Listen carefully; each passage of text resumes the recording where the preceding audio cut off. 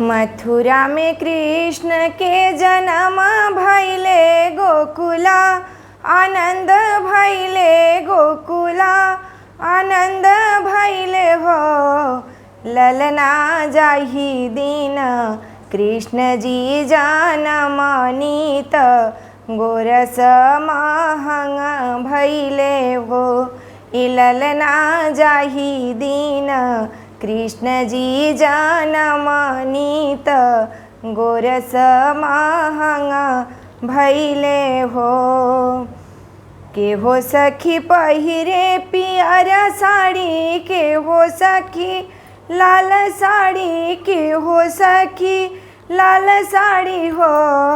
ललना के हो सखी सोर हो सिंगारत, कृष्ण जी जन्म लेनी हो।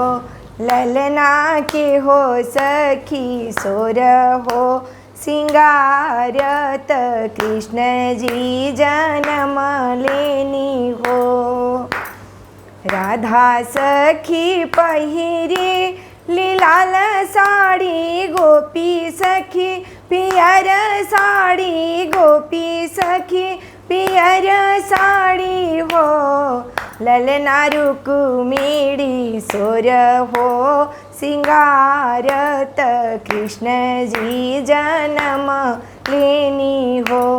ललना रुक्मिणी सोर हो सिंगारत, कृष्ण जी जन्म लेनी हो।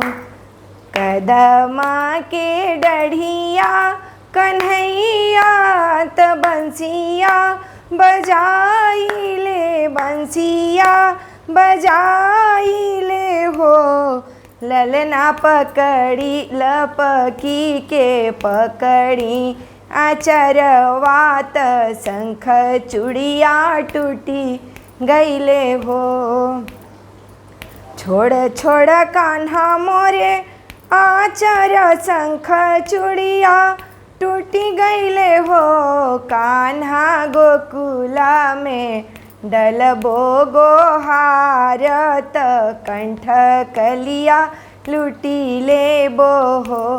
कान्हा गोकुला में डलबो गोहार, कंठ कलिया लूटी लेबो हो।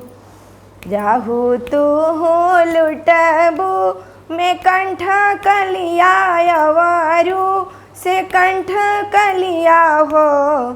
आरे बार हो बरिसवा के हो खबोत, घरी घरी चुकाई लेबो हो।